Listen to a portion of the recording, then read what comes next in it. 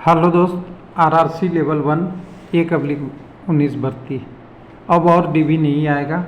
RRC medical पे लगे हुए लोगों का कहना है 16 आरआरसी में, और सब जगह आरआरसी पे देख रहे हैं कि मेडिकल का ही न्यूज आ रहा है। B1 B2 या जो भी आ रहा है, जितना एक भी डीबी पिछले 2 महीने में नहीं आया जब से रेलवे बोर्ड का नोटिस निकला है कि B2 और B1 का।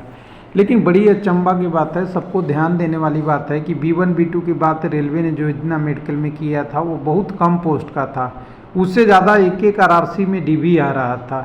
तो क्या इनडायरेक्टली रूप से कुछ और रेलवे ने कह दिया कि बाकी लोग ने डीबी निकालना पास कर दिया, और वेटिंग करने का मतलब जो पीटी का पास कैंडिडेट है उनका बार बार कमेंट आता है कि मेरा डीबी शेड्यूल आएगा कि नहीं। 0.1 से रह गया था, किसी का 0.2 से रह गया है, और बहुत ज़्यादा कैंडिडेट नहीं थे। जिस हिसाब से डीबी चल रहा था, तो जब तक लेवल 1 2025 वाला का कुछ होता उससे पहले इनकी कुछ ना कुछ हो जाती, ज़्यादा उम्मीद था। और ख़ास करके वो विद्यार्थी जो एकदम बिल्कुल नियरेस्ट पॉइंट पे था, उनके लिए निराशा हो रही है। तो सभी आरआरसी पे जाके देखेंगे, हमें लगता है कि इसको करना चाहिए था पहले। B2 और B1 C1 मेडिकल को पोस्ट देना मैं बुरा नहीं कर रहा हूँ, लेकिन साथ साथ दोनों काम करते हुए चलते। तो देखिए यहाँ पे भी आ गया, आपका हुबली की बात कर रहे हैं। Click here view to notice medically unfit B2 और C1 कैंडिडेट, इनको फिर से अप्लाई करने के लिए बोला है। जबकि पहले ही रेलवे ने नोटिस जारी कर दिया है कि B2 और C1 वाला को पोस्ट देने की बात कर रहे हैं, फिर इनको री अपील के लिए बोल रहा है। यानी कह सकते हैं एक ही काम को 2 से 3 बार टाइम कंज्यूम करने वाली प्रोसेस हो रहा है। कुल मिला के यहाँ पे हमें दिख रहा है। तो मैं इसको डाउनलोड के लिए भी डाल दिया हूँ, तो आपको यहाँ पे देखेंगे तो सारा डिटेल के हिसाब से आपको एक ही चीज़ बोल देगा। जब B2 और C1 को मेडिकल पोस्ट देना है तो फिर इनको अपील करा के टाइम लंबा प्रोसेस, जैसा कि हालांकि रेलवे 3 बार मौका देता है कि आपको अपील, एक बार पहले आपका मेडिकल हुआ, फिर डिविजनल मेडिकल, और फिर एक बार अपील PCMD के लिए भेजा जाता है। तो देखिए आज ही का नोटिस है, 2 दिन के पहले का नोटिस है 23/1/2025 का, जिसमें कैंडिडेट को बोला गया है कि जिनका मेडिकल के लिए भेजा गया था A2 से लेकर C1 तक के लिए, लेकिन A से B1 तक फेल हैं, B1 और B2 हैं, उनकी लिस्ट नीचे दी गई है। इनको लिए बोला गया है कि आपको 22/2 तक अपनी रिप्रेजेंटेशन जारी कर सकते हैं। और ये सारे वही है जो थर्ड और फोर्थ, मतलब सेकंड और थर्ड डीबी में है, अनफिट A2 to C1। तो देखिए A2 से C1 तक फिट है, यहाँ फिटनेस B1 B2 C1 है, इन सारा कंडीशन दिया है। तब जब रेलवे बोर्ड का ऑर्डर आ गया है कि आपको B2 और C1 वाले को कुछ ना कुछ करना है, तो इनको क्यों रोक रहे हैं? तो मन में आपको भी सवाल आएगा, लेकिन एक फैक्ट है, उसको बात कर लिया जाए। जो सेकंड और थर्ड डीबी में जो गए हैं, ध्यान दीजिएगा, हुबली की बात कर रहा हूँ, बाकी आरआरबी में भी ऐसे ही उनकी नंबर कम है, ये ध्यान रखिएगा। और नंबर कम होने पे इनको पोस्ट देने के लिए एक ही बच रहा था, वो ट्रैक मेंटेनर 4 मैक्सिमम। बाकी और कुछ पोस्ट थे, लेकिन ट्रैक मेंटेनर 4 TM4 या ट्रैक मेंटेनर 4 के रूप में जानते हैं, उसकी पोस्ट ज़्यादा बची थी, और इसका कट ऑफ सबसे कम गया है। तो आरआरबी कहाँ मिस कर रहा है, कैंडिडेट को मिसलीड कर रहा है, कैंडिडेट को समझ में नहीं आ रहा है, और कहाँ गलती हो रही है आपको पता है? तो कुछ लोग कहेंगे कि आप ही बाबा बनोगे। तो मैं देखो, फैक्ट तो बोलना पड़ता है दोस्त, चाहे आरआरबी की गलती हो या विद्यार्थी की गलती हो, क्योंकि टेक्निकल बात करना चाहिए, हमें किसी भावनाओं में नहीं आना चाहिए। रेलवे हमारा दुश्मन नहीं है, रेलवे कितनों लोगों को नौकरी देता है, बहुत अच्छी चीज़ है। लेकिन जब रेलवे अपने गाइडलाइन से बाहर जाता है तो बोलने में थोड़ा सा हमें लगता है, हमें नहीं बोलना पड़े या किसी को बोलना पड़े, रेलवे इतना महान विद्वान का ऑर्गेनाइजेशन है, अपने आप सुधार कर लेना चाहिए। तो यहाँ मिस क्या हो रहा है पता है? आरआरसी में 17 पोस्ट है, बाकी चीज़ें नहीं जुड़िएगा, और कटअप 1 दिखाया जाता है।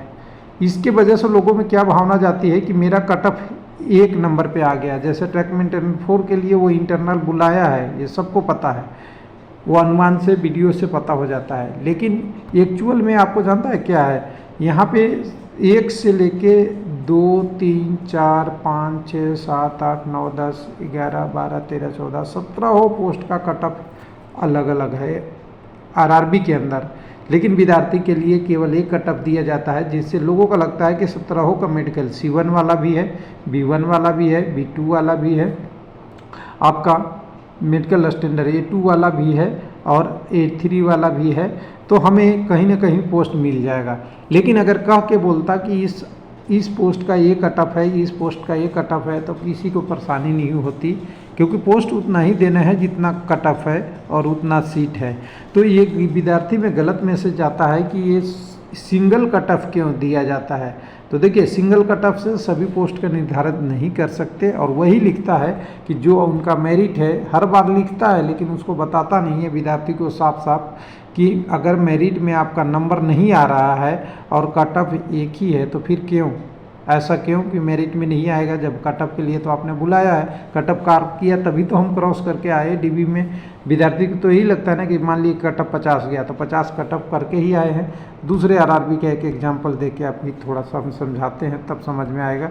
कुछ कैंडिडेट को ऐसे नहीं समझ में आता, कहाँ का ले जी, कहीं का एक ले लिया जाए। अब सीआर का है, कहीं कट ऑफ एक आध पड़ा होगा तभी तो देखना पड़ेगा डाटा में, बिना डाटा के नहीं दिखेगा ना जी दोस्त। एक मिनट, कहीं अगर डीबी का पैनल 1 इसमें है क्या, document verification 3rd page, medical में 2 कहीं होगा तब पता चलेगा।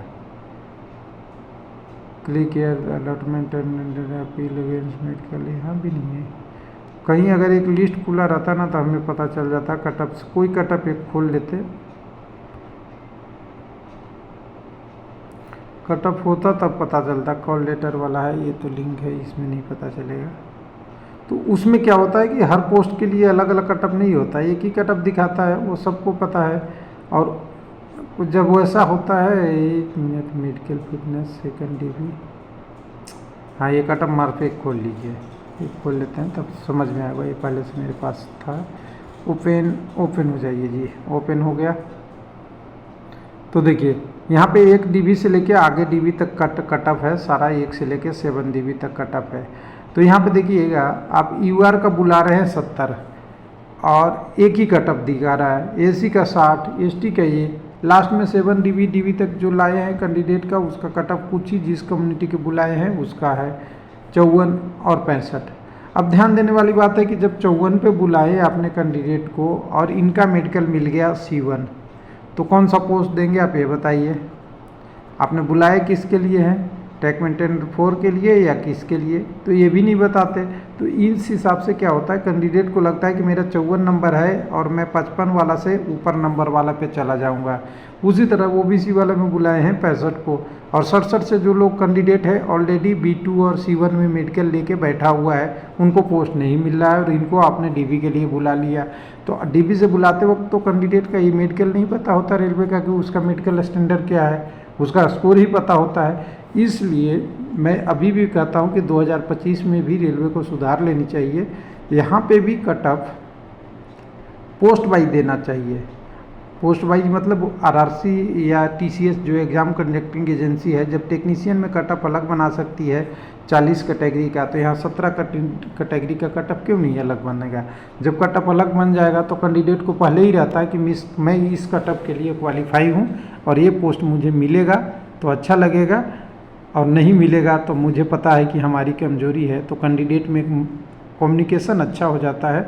इसमें आरआरबी की दोष बस इतना ही है कि कॉमन कट ऑफ आरआरसी की वैकेंसी में देता है, बाकी सारे वैकेंसी जैसा कि जेई है, आपका एनटीपीसी है, ग्रेजुएट अंडर ग्रेजुएट दोनों, आपका एलपी है, एलपी में इस बार तो केवल इलेक्ट्रिकल ही है, इलेक्ट्रिकल और मैकेनिकल अलग अलग जोन रहता है, तो अलग कट ऑफ, टेक्नीशियन के सारे कैटेगरी के अलग अलग कट ऑफ दिया जाता है, जिससे उनको पता रहता है कि किनका किस पोस्ट के लिए बुलाया गया है।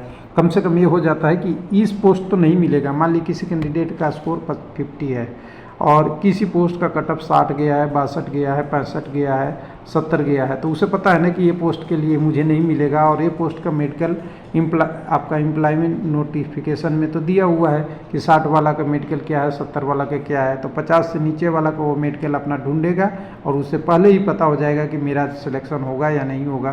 तो हो सकता है वो डीबी भी स्किप कर दे या लेटर भी रेलवे को लिख दे, बहुत सारी चीज़ें हो सकती है। तो ये सारी चीज़ें रेलवे को सोचना चाहिए, जिससे कैंडिडेट का भी भलाई हो और रेलवे को भी अच्छा लगे। थैंक यू, धन्यवाद।